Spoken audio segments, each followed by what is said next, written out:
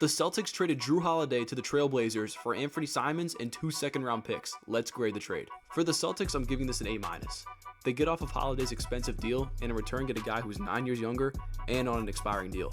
So if it doesn't work out, they can let him walk and solve their financial issues right when Tatum comes back from injury next year.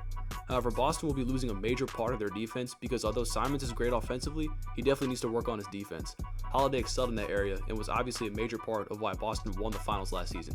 So they'll need to find another guy who can anchor their defense somewhere down the line if they want to compete for a championship again. However, I think they have plenty of time to do that because I think Brad Stevens knows that next season is going to be a down year with Tatum out for the season.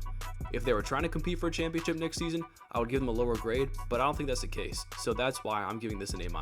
For the Blazers, I'm giving this a C-. On the bright side, they do improve on the defensive side of the ball. However, at 35 years old, Holiday's only getting older, and he's due $104 million over the next 3 years if he decides to jump into his option in 2027. I see this as a boom or bust type of deal for Portland. On one hand, with Simons out of the picture, we'll see more usage out of Sharp and Henderson, which could solve their offensive efficiency problem, which they desperately need to fix. Or we could see them have another subpar year offensively, since Holiday won't exactly fix those problems. They could also be banking on Holiday to have some type of rebound season so his trade value goes up, which I think would be pretty unlikely. I get that Simons didn't really fit in Portland, and it was only a matter of time before they traded him, but I can't help but think that there maybe could have been a better trade out there for Simons.